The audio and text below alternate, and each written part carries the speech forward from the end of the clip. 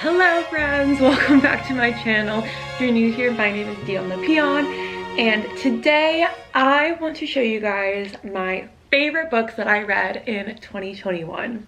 Over the summer, starting in April or so, I started getting back into reading books, and it started out with audiobooks, and then I was getting books from the library. And so really my favorite books of 2021 is really from like the last 6 months, but I am very excited to tell you guys about these books. Before we get into it, please subscribe to my channel. It would really help me out. I love creating content for you guys, and let's get into it.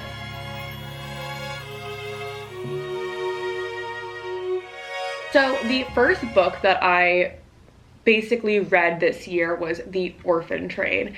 And this book was really, it was a good first book to dive back into reading nonfiction. This book is about really two characters, one of which takes place in sort of present day, and she lives with her foster parents, and I think she's about like 15 or so, and is working with this older woman on her mansion, kind of going through old things, and that's sort of her community service because she kind of got into some bad stuff. And she starts to create a relationship with this woman. This child of the foster care system, you know, has a lot of trauma, a lot of baggage, a lot of crime, all of that stuff going on. And on the other side of it is this older woman who actually, despite the fact that she is very wealthy, she has this giant mansion, a ton of stuff, she was an orphan and was part of the orphan trains. Basically, they would put a bunch of kids who didn't have parents or who were given up by their parents on a train and like train them from town to town to be like, who wants a child? And people from farms and homesteads would pick up children to work. Sometimes people who really wanted a child, but obviously that was a cesspool for abuse, child labor. So those are kind of the two parallel lives of both these women that were in the foster care system, just in different eras, and how they kind of converge and come together and learn from each other and all of that. But it's really cool. The book is written kind of in flashbacks and present day, and you get this sort of snide, teenagery, modern day sort of juvenile delinquent vibe, and this old school orphan from like the 30s going on these trains hoping that someone would pick her. So really cool parallels, really interesting book. It has a cool twist at the end, an easy read, a quick read, and really informative about this whole part of American history that I had no idea about. I had no idea about orphan trains. Definitely recommend this book. It's just really interesting, again, based on the historical context of orphan trains, and just the way it's written is a very nice, feel-good read.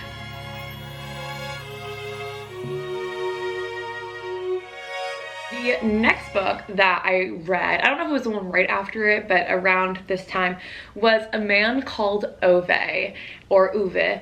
And this book my mom had been trying to get me to read for so long, and I finally was like, okay, fine, I'll read it. But it was so cute. And then I got my dad to read it, and then he loved it because my dad is basically the main character, Ove. But basically, this book is about, it takes place in, I believe, Denmark, somewhere in Scandinavia. I'm so sorry, ignorant American. And Ove is this like curmudgeon-y old man who, he's a boomer. Basically, he's like a boomer, like the classic okay boomer sort of vibe. He doesn't understand why everything has to be so hard these days, and why can't you just take cash, and what's with these damn computers. He is that type of dude. He was married at one point and he lost his wife, and he was like, well, if I don't have my wife, there's no point to living. And so really the premise of the book is this old curmudgeon-y old man trying to commit suicide throughout the entire book, which I know I'm laughing, which it doesn't seem funny, but basically every single time he gets to the point where he's about to do it, someone interrupts him. And it's a very lighthearted, comical book. I know it sounds kind of dark. It is a really good book. So this family moves into his neighborhood, and they are Iranian, I believe. And they have 2 little girls, and the wife is pregnant again. And he's just like, oh my God, your kids are going everywhere, and they're drawing me pictures and blah, blah, and the snow, and just get off my lawn, and that whole thing. And the mom is like a totally gregarious, like, oh, they shut up. Like, I don't even know you, but don't be a brat. Why are you rude? Like, calls him out on his bullshit and stuff like that, which is a really cute dynamic of this just like big pregnant woman who emigrated to Scandinavia talking to this like pure white old boomer. Throughout the book, he is still trying to end his life because he just doesn't see a point in living without his wife. And yeah, that's kind of the premise of the book. I'm not going to give any more away, but Ove is a very funny character, and it's something that I feel like it's someone that everybody knows in Ove. Everybody knows a person like a boomer that is just like, everything they complain about, everything is too hard, everything is not like the old days, and you're just like, oh my god, get into the 21st century. Definitely recommend. It's a short read. It's really lighthearted and funny, and I definitely recommend it.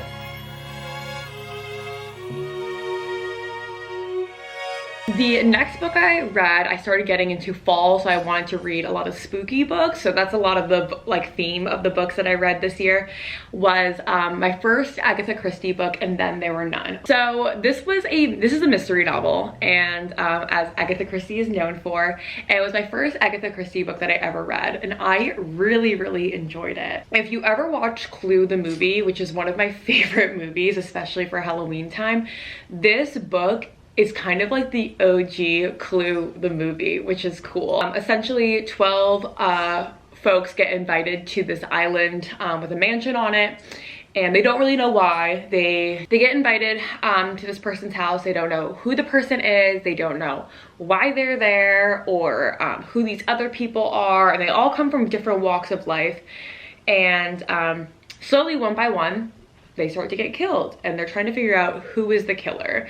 And there's clues and all these things giving them context of who the killer is. But I will say, I was kept guessing until the very end. When I finally found out who the killer was, I was like, oh duh, why didn't you think of that? I will say I'm very easily duped by authors. I think that like I'm outsmarting authors all the time when I'm reading their books, and then I get duped. So I'll give you that. But I really enjoyed this book. I definitely want to read more Agatha Christie novels. It's on my list. It was short, it was sweet, it was well written, it was witty, it kept me guessing, it was creepy. Really good book. I couldn't recommend it enough. Was really pleasantly surprised by this book, and definitely am looking forward to reading more Agatha Christie novels.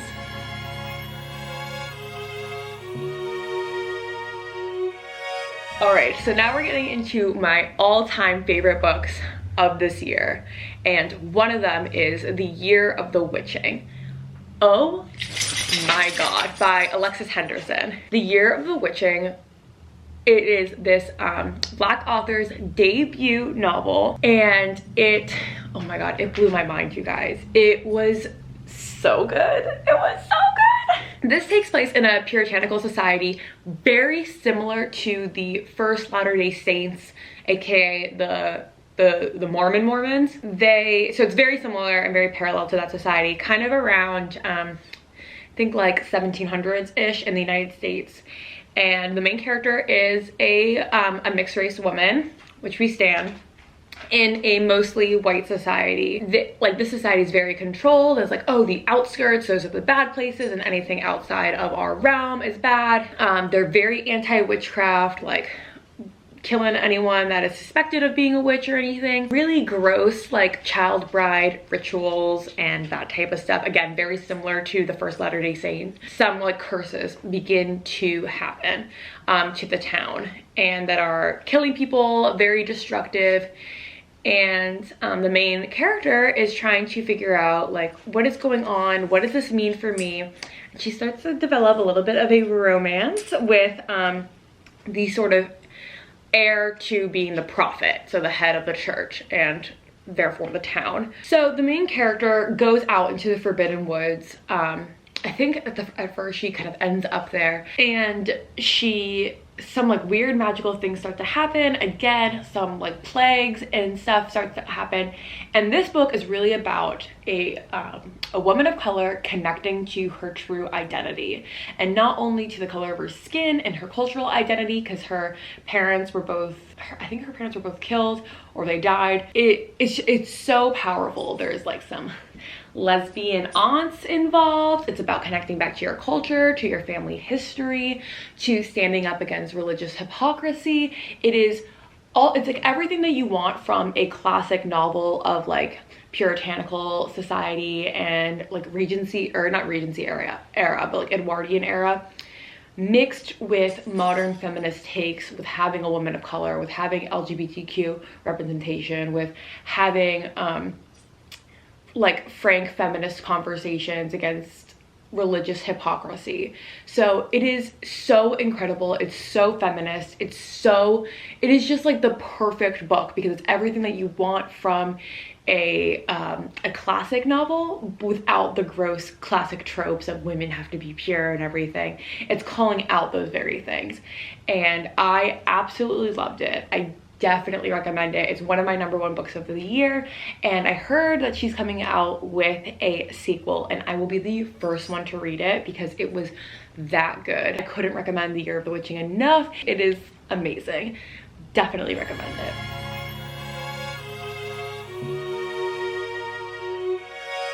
Alrighty, now we are getting into my favorite books that I read this year, which is the Folk of the Air series by Holly Black, which includes The Cruel Prince, The Wicked King, and The Queen of Nothing, and then 2 kind of bonus novellas, The Lost Sisters and How the King of Eltham Learned to Hate Stories, something like that. They are fairy books, I will let you know. They're about fairies. The main character is June, and her mom was married to a fairy high lord and then ran away with a mortal who was her birth dad to the mortal world. And her mom's ex-husband, the high fairy lord, kills her parents in front of her, takes her half-sister, which is the blood daughter of the fairy high lord, and her other sister, which they share the same mortal mom and mortal dad, and take them to Eltham, which is the fairyland. Mortals are treated really poorly. They have a lot of trickery in the fairyland against mortals, and the only way for a mortal to be fully accepted into fairyland is to either be married to a fairy or to become a knight. And June's sister, Taryn, is like, I want to get married. I'm trying to fly under the radar. I'm trying to be as like the perfect mortal as possible, so a fairy man will want to marry me and I can just go on living. I am not trying to fight this oppressive system in fairyland. And June is like, F that, I want to become a knight. My father is the general of the kingdom, and so very violent and a very good warrior. And June's like, that's what I'm trying to do. She starts to have a budding romance with a fairy like courtier, like high up, an important family in the fairy court, and is getting bullied by the prince of the fairy court, Cardan. And that is sort of the premise of it, and it's a lot of romance.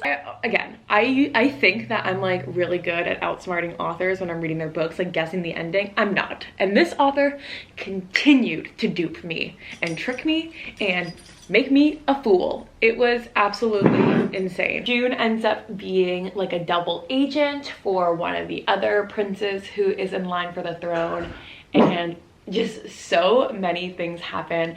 And again, it's a trilogy, and she ends up falling in love. The trickery that happens in this book, or in this book series. I was in book 3 and I was like, how is this gonna happen? How is this gonna turn out? Blah, blah.